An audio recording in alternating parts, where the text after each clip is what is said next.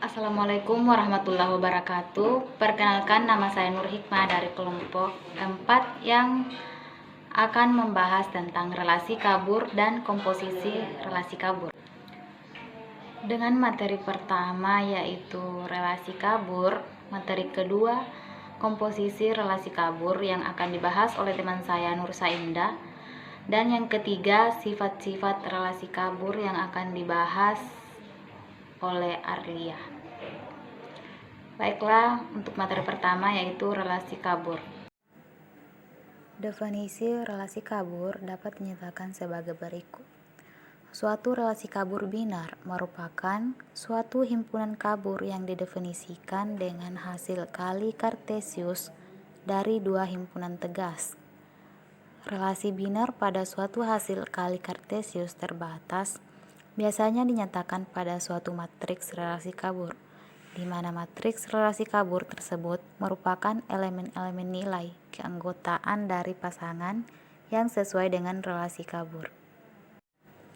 Dari pernyataan tersebut dapat disimpulkan bahwa relasi kabur dapat memperluas konsep relasi tegas untuk menangkap dan menyajikan realita dunia nyata dengan lebih baik.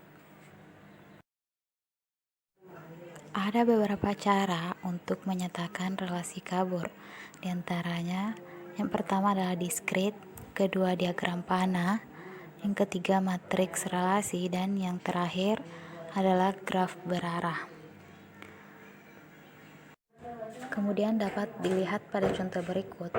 Misalnya himpunan U terdiri dari 31, 78, dan 205. Himpunan V adalah 1, 27, dan 119. Dan himpunan kabur Q adalah relasi kabur biner jauh lebih besar antara elemen-elemen dalam U dan V. Kemudian tentukan relasi kabur Q. Untuk cara yang pertama adalah diskrit, di mana relasi kabur Q dapat disajikan sebagai berikut. Di mana relasi kabur Q merupakan relasi kabur biner jauh lebih besar, maka dapat dinyatakan bahwa relasi antara 31 dan 1 mempunyai tingkat keanggotaan sebesar 0,3. Relasi antara 31 dan 27 mempunyai tingkat keanggotaan sebesar 0,1 dan seterusnya. Jadi semakin sedikit selisih antara anggota U dan V, maka semakin kecil pula tingkat keanggotaannya. Namun jika tidak memenuhi jauh lebih besar, memiliki tingkat keanggotaan sama dengan 0, seperti relasi antara 31 dan 119, serta relasi antara 78 dan 119. Dan untuk mengetahui selisih antara anggota U dan V, terlebih dahulu kita mengalihkan himpunan U dan V dengan perkalian kartesian.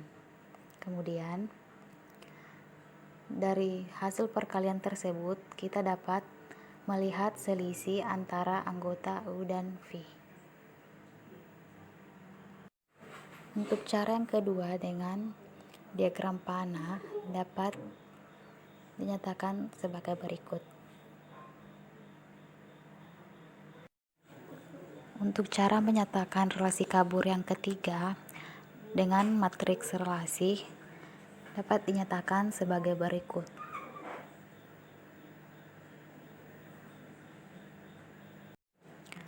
Yang terakhir adalah cara menyatakan relasi kabur dengan graf berarah, di mana setiap elemen dari Q dinyatakan dengan suatu titik atau lingkaran kecil.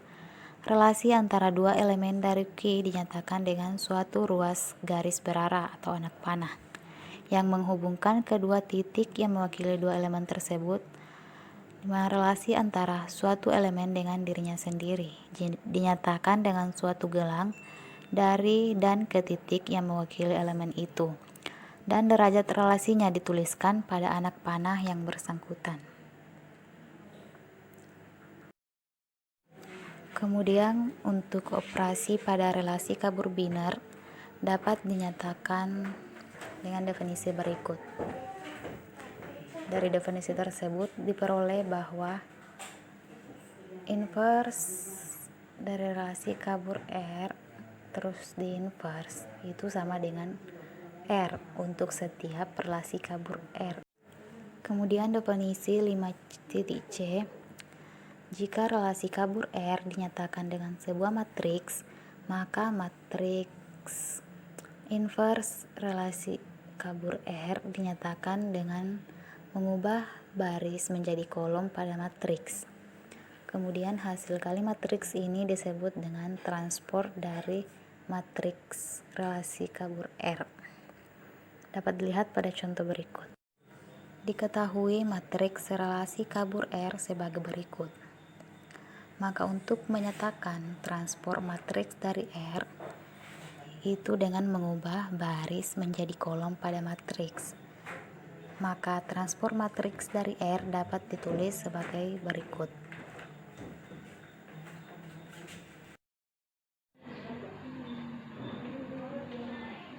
Sekian dari saya, selanjutnya akan dilanjutkan oleh rekan saya, Nursa Indah.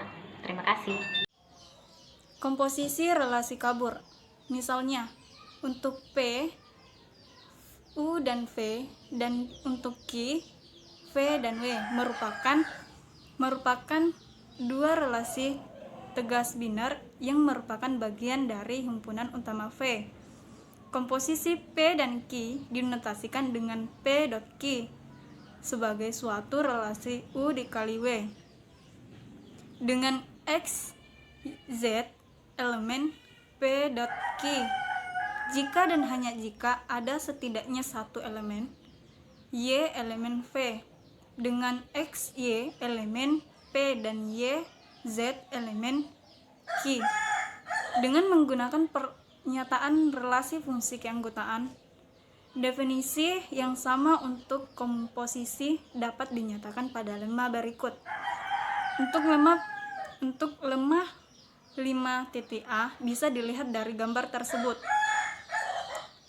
Untuk dimana himpunan kabur P dot himpunan kabur Q merupakan komposisi P untuk U, V, dan Q untuk V dan W jika dan hanya jika new dot P new himpunan P dot himpunan Q himpunan kabur Q X, Z sama dengan max T, di mana Y elemen V dalam kurung new P, X, Y, dan new Q, Y, dan Z. Untuk setiap X, Z elemen U dikali V dengan T adalah suatu T nor. Buktinya bisa dilihat dari gambar tersebut. Nah, berdasarkan lemma 5.a diperoleh definisi komposisi relasi kabur, yaitu definisi 5.a. Definisi 5.c, di mana komposisi relasi kabur himpunan kabur P untuk himpunan kabur U dan himpunan kabur V. Sedangkan himpunan kabur Q, himpunan kabur V, dan himpunan kabur W yang dinotasikan himpunan kabur P dot himpunan kabur Q didefinisikan sebagai relasi kabur pada U kali V dengan fungsi keanggotaan yaitu new himpunan kabur P dot himpunan kabur Q sama dengan max T, di mana Y elemen V dalam kurung new himpunan kabur P, X, Y new himpunan kabur Q, Y, dan Z. Nah, pada lemma 5.a tenor yang digunakan dapat diambil dari berbagai rumus. Untuk setiap tenor komposisi khusus, komposisi tersebut terdiri dari dua macam. Yang pertama, komposisi max-min pada relasi kabur himpunan kabur P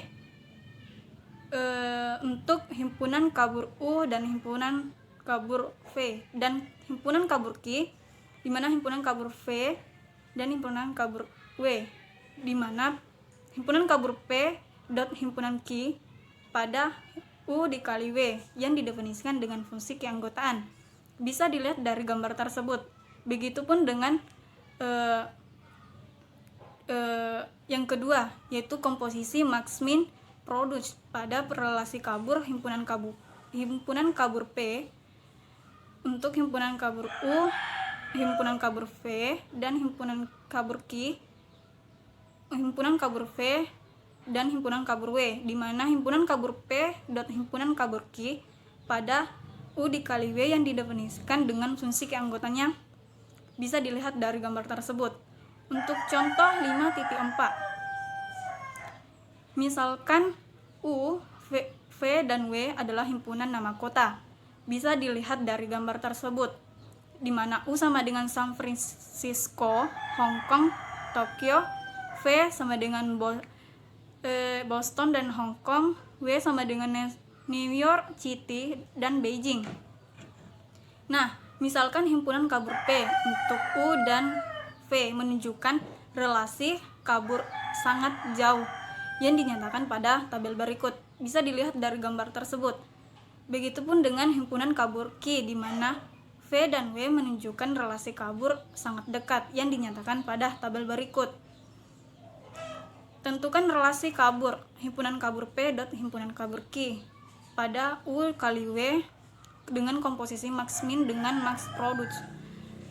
Nah, untuk penyelesaiannya dengan menggunakan relasi kabur A sama dengan sigma U elemen nu A X per X, di mana himpunan P dan himpunan kabur Q dapat ditulis sebagai berikut. Bisa dilihat dari gambar tersebut. Dari himpunan kabur P dan himpunan kabur Q dapat dihitung komposisi max min dan komposisi max produce.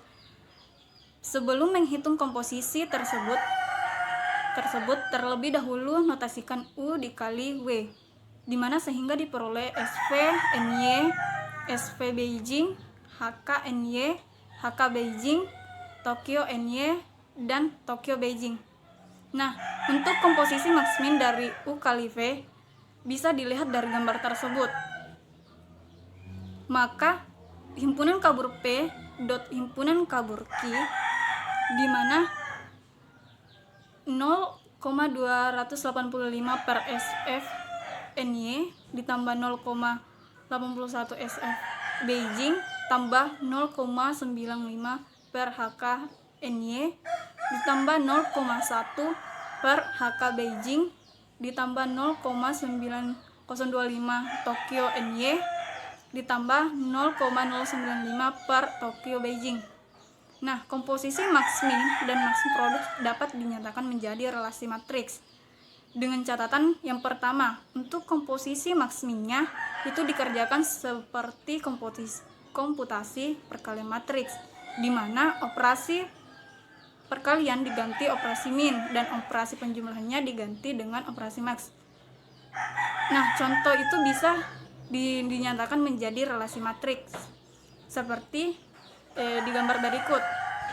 Begitupun untuk yang kedua, yaitu untuk komposisi max produce dikerjakan sebagai komputasi perkalian matriks, di mana operasi penjumlahan diganti dengan operasi max. Contoh itu bisa dinyatakan menjadi relasi matriks. Bisa dilihat juga di gambar tersebut. Sifat-sifat relasi kabur. Pada relasi kabur berlaku beberapa sifat, yaitu 1. Reflektif. Relasi kabur R pada X disebut refleksif jika dan hanya jika R x, X sama dengan 1 untuk semua X elemen X. 2. Simetris. Relasi kabur R pada X disebut simetris jika dan hanya jika R x, Y sama dengan R x, Y, X untuk semua X, Y elemen X. 3. Transitif. Relasi kabur R pada X disebut transitif jika dan hanya jika R x, Z lebih besar atau sama dengan max min Y elemen Y nilai mutlak dari R x, Y, R, Y, Z untuk semua X, Z elemen X. 4. Antisimetris. Relasi kabur R pada X disebut antisimetris jika dan hanya jika R X, Y lebih besar dari 0 dan R Y, X lebih besar dari 0, maka X sama dengan Y. 5. Suatu relasi kabur pada X yang bersifat refleksif, simetris, dan transitif disebut dengan relasi ekivalensi kabur. 6. Suatu relasi kabur pada X yang bersifat refleksif dan simetri disebut dengan relasi kompatibilitas kabur.